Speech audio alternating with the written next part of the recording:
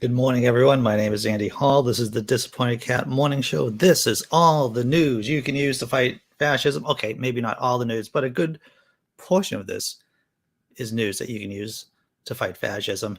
I want to start off before we start talking about crazy Alex Jones getting a few episodes of his taken off of Spotify. This is breaking news about Ukraine, about possible talks between the Russians and the Ukrainians, and I'm going to share you this bit from Sky News. Let me hit buttons, and we'll see what we can do about this.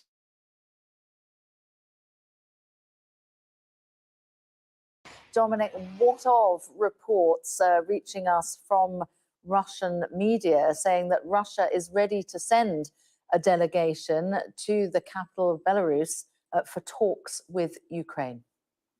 Yeah, there are signs of a diplomatic track opening. Just to pick up on what Laura was saying there, the fact that it has to be said this is an important symbolic gesture, but Vladimir Putin has already priced in the possibility of sanctions against him and his cronies. An example of that is the fact that he moved his yacht, his £73 million super yacht that reportedly is his, was moved from the Hamburg shipyard where it was being repaired before those repairs were finished a week or so ago back to Russia. And we assume that's because he was anticipating the possibility of these sanctions freezing his assets. Of course, one of his assets would be that super yacht. And Putin has made it very clear to the Russians that he's seen these sanctions coming, and he's saying that Russia is prepared for whatever Russia throws, the West throws against it. And the fact is that the threat of these sanctions has not deterred him from doing what he's doing now. But going back to that diplomatic track, yes, the Russians are saying that they are going to, or they're considering sending a delegation to Minsk, the Belarusian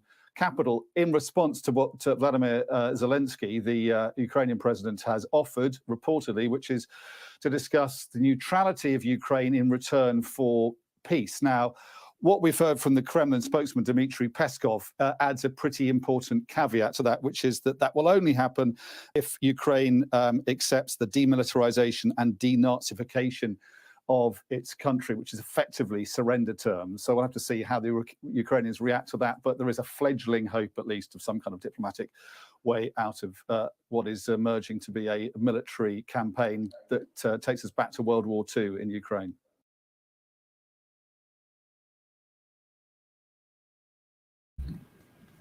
Is that positive news? I suppose the conflict potentially ending with some kind of negotiated settlement. That is positive.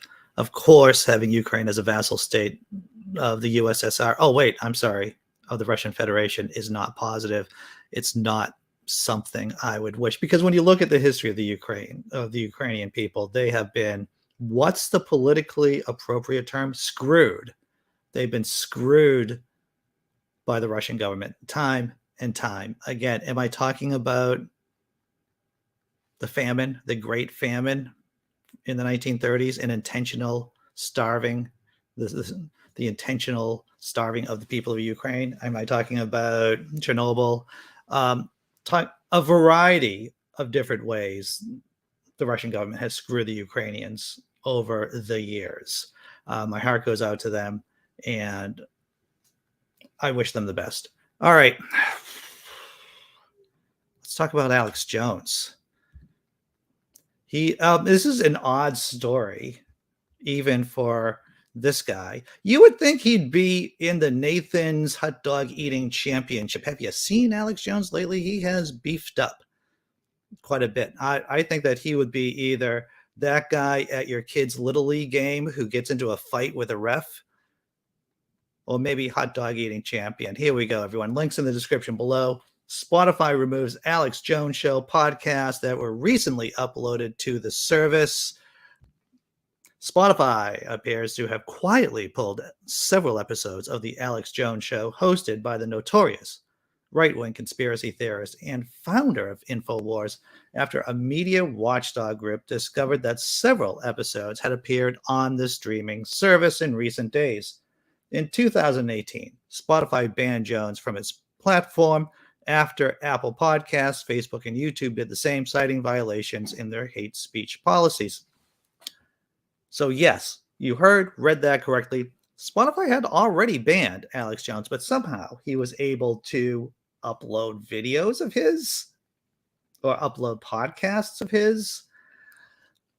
Job well done, Spotify. Who's running the show over there? Despite that, since February 20th, full-length episodes of The Alex Jones Show has been uploaded daily to Spotify, according to a report Wednesday by Media Matters for America, a liberal advocacy group. In addition, Jones' podcast was the first result that appeared on Spotify when searching for InfoWars. By Thursday morning, the episodes of The Alex Jones Show were no longer available on Spotify. A Spotify rep declined to comment. Maybe it shouldn't be InfoWars. It should be Fact Wars, Alex Jones Show, right? Fact Wars as in their war they're waging on facts. Still available on Spotify, however, is the October 27th, 2020 episode of the Joe Rogan Experience, in which Jones appeared as a guest. During the podcast, Jones claimed that the COVID pandemic was being used by elites to reorganize society and end prosperity, while also asserting that a lot of studies have shown that wearing, yes, see, if I say these words, I'm going to get banned by YouTube. Have shown that wearing those things over your face, they don't protect people in large groups, which of course isn't true. Jones also claimed that an oral vaccine funded by that guy, BG. So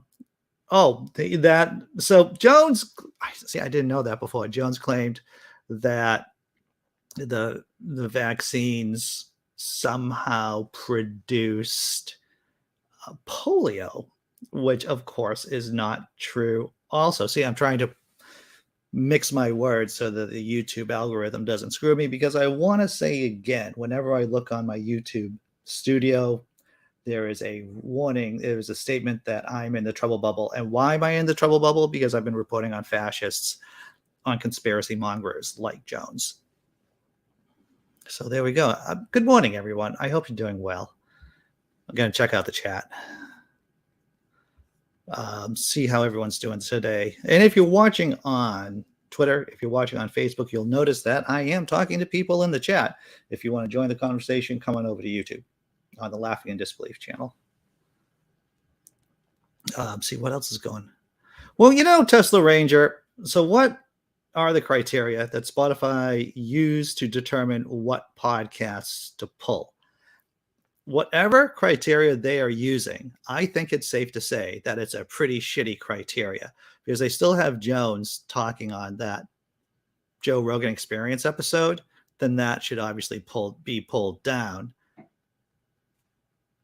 Isn't that obvious? I think that's obvious, everyone. Good morning, John Christian. Good to see you there. Oh, sorry for coughing in all of your ears. Life happens. Live show. It's the magic. That's why you tune in, right? Okay, so we talked about Ukraine, about possible peace negotiations.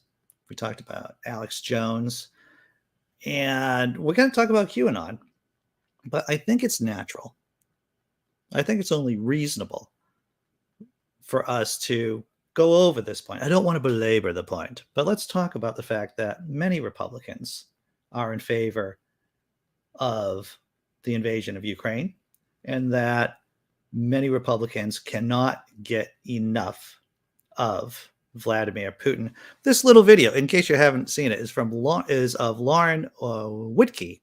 She ran for Senate in Delaware. She was the Republican candidate in Delaware. And this is what she had to say about Vladimir Putin. I don't think many of you will be surprised, but I still find it shocking. I find it shocking, having grown up when the Republicans were anti-Russian, when they were and for this huge turnaround, it's still amazing. Take a look at this video. Once again, this is from Lauren Whitkey. She was the Republican candidate in Delaware in 2020. Here's the deal also, Russia is a Christian nationalist nation. They're actually Orthodox Christian and Russian Orthodox. So, you know, I actually support Putin's right to protect his people and always put his people first, but also protect their Christian values. I identify more with with Putin's Christian values than I do with Joe Biden. So, you know, like there is that, you know, that there is that there. You know, Christian nationalist countries also are a threat to the global regime, like the Luciferian regime. It wants to mash everything together, but Putin takes care of his people. He looks out for his people. I watched as he deported, like they literally walked them through the streets, the criminal illegals who were coming into their country. Yeah. They walked them out and they escorted them out and they said, get out. You know, I can respect that. I can respect that. And I can respect the fact that Putin does everything he can to protect his people. Wow. How about that? Luciferian regimes. Oh, Lauren Whitkey, you're just an example of how the Republican Party has fallen from a neo-fascist political party to just a purely fascist one. Checking out the chat before we go to the halftime Tummy Rub show, everyone. Did you see how Lauren was interacting with her? What was it? The person who was interviewing her? She was like trying to get away from him, still staying in frame, but still kind of creeped out by this guy who was leaning in. Yeah. What's up, 420? Hope you do. When will Jones be finally committed? That's a very good question. That's a very good question, Sean. Okay. Right. Exactly. 420 Atheist. Lauren Whitkey, she was the Republican candidate in 2020. If the good people of Delaware had voted her in, that's what we would be seeing in the U.S. Senate right now. That kind of word salad, fascist word salad. What's up, imaginary God? I'm shocked by Blondie. Yeah.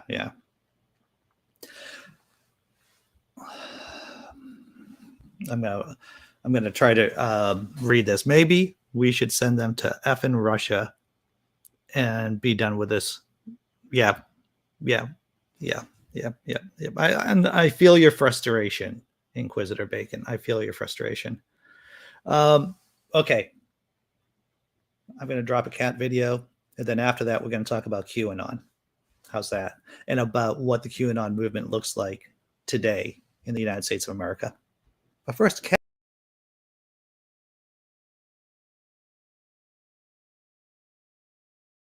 Look how spoiled my cat is. He's sitting on a heating pad in front of a fireplace. This is why we call him King Scamper.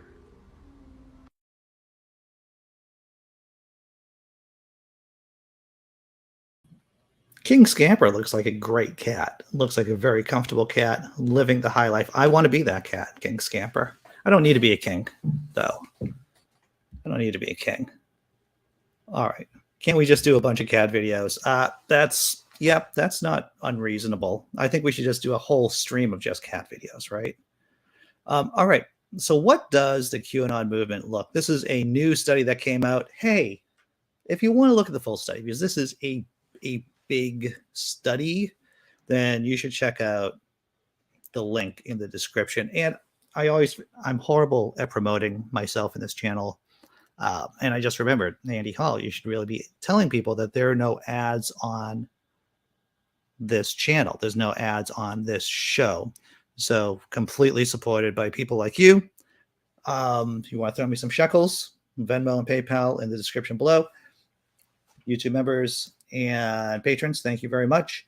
And of course, super chats are always appreciated. Now, let's talk about QAnon. The persistence of QAnon in the post-Trump era, and analysis of who believes in the conspiracies. A lot of this is going to be stuff you intuitively intuited. QAnon beliefs and believers, in case you don't know who they are. The right-wing QAnon conspiracy movement emerged on the internet in late 2017, while followers of QAnon movement claim a variety of different beliefs. The main threads of QAnon's core theory are that a network of Satan-worshipping pedophiles control the government and media, and that a coming storm will sweep them out of power. The Q movement centered around President Donald Trump, former President Donald Trump, as its key leader, and said he was secretly fighting to unmask the evildoers who controlled the political and economic systems of power. you're gonna be surprised. You probably won't be surprised, to tell you the truth, that the amount of people who are still invested in QAnon are still pretty much hip deep in QAnon. QAnon support remained relatively stable across 2021. If anything, it's bumped up a couple of points. That might be a statistical error. I don't know. But it seems, if anything, has gone up from 14 to 17% from March to October. You can see the QAnon doubters, maybe a small bump up to 3%. And QAnon rejector, which I hope everyone here has actually decreased. It decreased from 40 to 34%. That's the rejectors. I think even though QAnon has stayed relatively stable, the fact that QAnon rejectors have decreased 6%, that is discouraging. That is disturbing, especially as we head towards the midterm elections.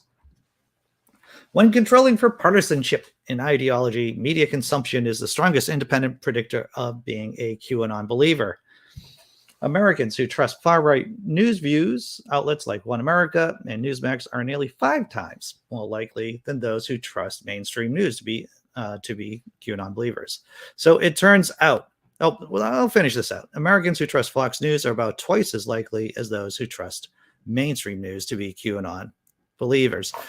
So no surprise, if you're watching Fox News, that incentivizes you to be a Q follower. If you're watching OAN, oh my fictitious God, that's like throwing gasoline on crazy logical fallacies, and you're 5 times more likely to be a Q follower. Are there more graphs? Sure, there's more graphs, everyone. QAnon believers by region. Now, all right. So what? The darker green, I don't know what that is. I don't know. I only know like 3 colors: black, white, and red. I don't. But you can see the darker color there is the percentage of all Americans living, let's say, in the Northeast. And then you look at the lighter color, and that's QAnon believers. So in the Northeast, we have and I'm saying we because I live in the Northeast. We have 17% of the population and only 14% QAnon believers here. But, just look at the South. They have 38% of the population, and yet they have 44% of QAnon believers. Who would think that the Bible Belt, the diabetes belt, the stupid belt also happens to be the QAnon believer belt? I know you're shocked. I know you're amazed. And we're going to bump down a bit to the rural areas. The rural areas have 17% of the nation's population, but they have about 1 in 4. Yeah, it's 24%, but we'll say, 1/4 of the country's Q believers. And once again, it's important to point out all of these crazy, lunatic, fascist, authoritarian, whether you're talking about National Socialist German Workers' Party in the 1930s, that's Nazis to you and me. You're talking about the Taliban. They were rural phenomenons.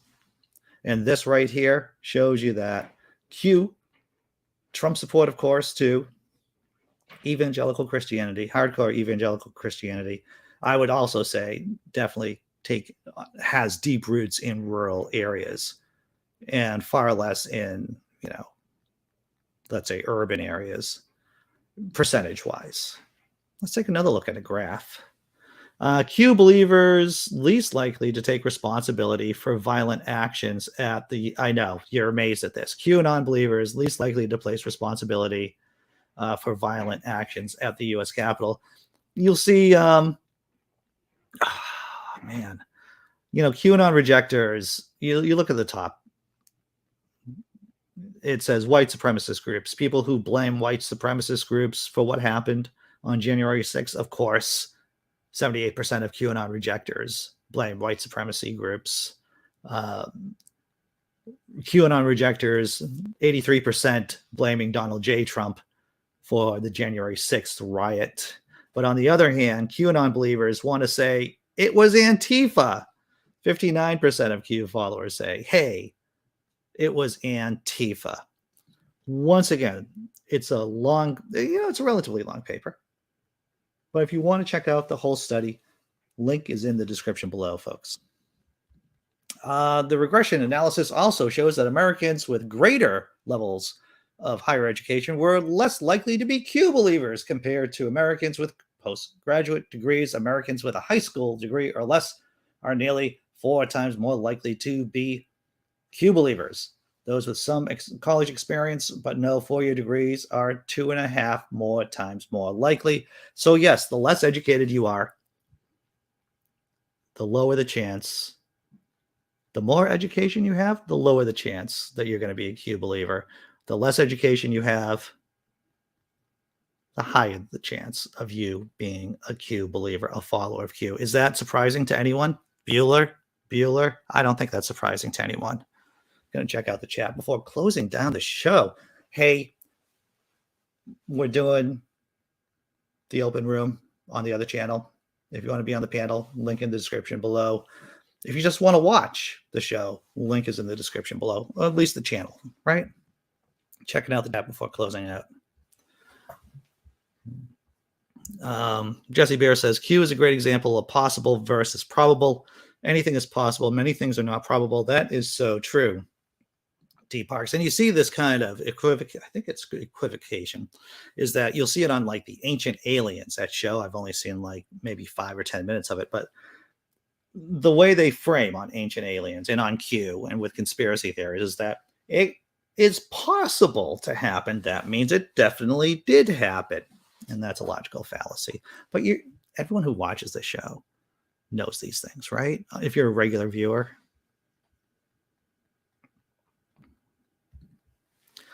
Dee Parks says, sometimes when I'm really feeling nihilistic, I'll lurk on the chat of right-wing stream and soak up the hate and stupidity. Oh, yeah. What's up, Wild Eden? Glad that you're here. Fox is a gateway drug. You're right about that, John Christian. It's a way to, radicalize otherwise sane people.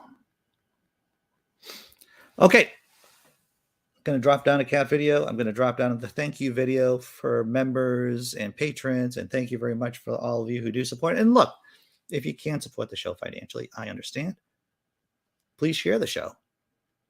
That would be great on social media, or tell a friend about it. All right. I'll see you at 9:30. Oh, happy Friday, by the way.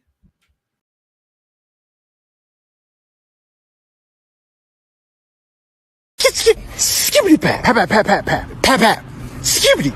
Oh, pat. Hey, don't you ever walk across my bricks. Oh, get the hell on. Pappity pat. Get your old ass out. Boy, I done told you. Skit. Skibbity pat. Yes it is. Pat, ho.